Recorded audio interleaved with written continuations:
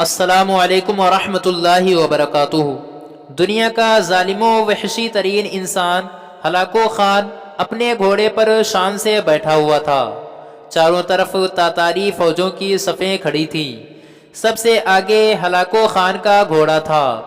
Hulagu Khan کے سامنے قیدی مسلمانوں کی 3 صفیں کھڑی کی گئی تھیں، جن کو آج ہلاکو خان نے اپنے حکم پر قتل ہوتے دیکھنا تھا۔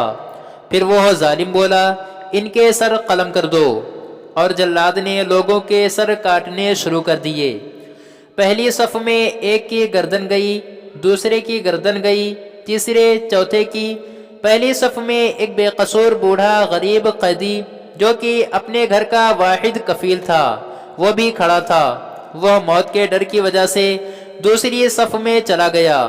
پہلی صف کا مکمل صفایا ہو گیا۔ ہلاکو خان کی نظروں نے اس بوڑھے کو دیکھ لیا تھا کہ وہ موت کے خوف سے اپنی پہلی صف چھوڑ کر دوسری صف میں چلا گیا تھا۔ ہلاکو خان گھوڑے پر بیٹھا ہوا، ہاتھ میں طاقتور گرز لیے اچھال کر اس سے کھیل رہا تھا، اور مسلمانوں کے قتل کا منظر دیکھ کر اس کھیل سے خود کو خوش کر رہا تھا۔ جلادوں نے دوسری صف پہ تلوار کے وار شروع کیے۔ گردنیں آن کی آن میں گرنے لگی۔ جلاد تلوار چلا رہے تھے اور خون کے فوارے اچھل اچھل کر زمین پر گر رہے تھے۔ اس بوڑھے بابا نے جب دیکھا کہ دوسری صف کے لوگوں کی گردنیں کٹ کر اس کی باری بہت جلد آنے والی ہے، تو وہ بھاگ کر تیسری صف میں کھڑا ہو گیا۔ ہلاکو خان کی نظریں بوڑھے پر جمی ہوئی تھیں کہ اب تو تیسری صف آخری ہے، اس کے بعد یہ کہاں چھپنے کی کوشش کرے گا؟ اس بیوقوف بڈھے کو میری تلوار سے کون بچا سکتا ہے؟ میں نے لاکھوں انسان مار دیے، تو یہ کب تک بچے گا؟ تیسری صف پر جلادوں کی تلوار بجلی بن کر گر رہی تھی۔ ہلاکو خان کی نظریں مسلسل اس بوڑھے پر تھی کہ کیسے وہ بے چین ہو کر موت کی وجہ سے بے قرار ہے۔ تیسری صف کے انسانوں کی گردنیں گر رہی تھی۔ جلاد بجلی کی سی تیزی سے اس بوڑھے بابا کو پہنچا تو ہلاکو خان کی آواز گونجی، رک جاؤ، اس کو ابھی کچھ نہ کہو۔ بابا بتا، پہلی صف سے تو دوسری صف میں بھاگا جا، جب وہ ختم ہوئی تو تیسری صف میں بھاگا جا۔ بابا اب بتا، پیچھے تو کوئی اور صف بھی نہیں، اب تو بھاگ کے کہاں جائے گا؟ اب تجھے مجھ سے کون بچائے گا؟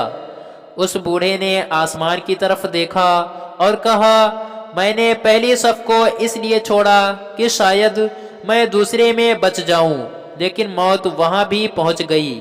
پھر میں نے دوسری صف کو چھوڑ دیا کہ شاید تیسری میں بچ جاؤں۔ ہلاکو نے گرز کو ہاتھ میں اچھالتے ہوئے کہا، بابا کیسی خام خیالی ہے، یہ کیسے بے کی باتیں کر رہے ہو؟ بھلا تمہیں میری تلوار سے بھی کوئی بچا سکتا ہے؟ بوڑھے مسلمان نے زمین و آسمان کی ہر چیز کے مالک اس وحدہ لا شریک رب پر بے انتہا یقین کے ساتھ کہا، وہ اوپر والی ذات اگر چاہے تو کچھ بھی ہو سکتا ہے، اور اگر وہ چاہے تو مجھے تجھ سے بچا سکتا ہے۔ کیسے بچا سکتا ہے؟ ہلاکو خان نے اتنے تکبر میں آ کر کہا کہ اس کے ہاتھ سے گرز گر پڑا۔ ہلاکو خان چابک دست، ہوشیار جنگجو اور چالاک انسان تھا۔ ہلاکو خان گھوڑے کے اوپر بیٹھے بیٹھے گرے ہوئے گرز کو اٹھانے کے لیے خود کو جھکا جا کہ زمین پر گرنے سے پہلے وہ اسے ہوا میں ہی پکڑ لے۔ اسی کوشش میں ہلاکو خان کا ایک پاؤں رکاب سے نکلا اور دوسرا اپنے گھوڑے سے نیچے آ پڑا، جبکہ دوسرا پاؤں رکاب میں ہی پھنس کر رہ گیا۔ ہلاکو خان کا گھوڑا اتنا ڈر گیا کہ بھاگ نکلا۔ ہلاکو نے خود کو بچانے کی بڑی کوششیں کی، لشکر بھی حرکت میں آ گیا، لیکن گھوڑا اتنا طاقتور تھا کہ کسی کے قابو میں نہ آ جا۔ وہ ہلاکو کو پتھروں میں گھسیٹ گھسیٹ کر بھاگتا رہا، یہاں تک کہ ہلاکو کا سر پتھروں سے پٹخ پٹخ کر اس قدر لہو لہان ہو گیا کہ اس کی روح چند ہی منٹوں میں اپنے اس تکبر بھرے وجود کو چھوڑ کر جہنم رسید ہو گئی۔ لشکر نے جب بے انتہا کوششوں کے بعد ہلاکو خان کے طاقتور گھوڑے کو قابو کیا تو اس وقت تک اس کا سر برے طریقے سے کچلا جا چکا تھا۔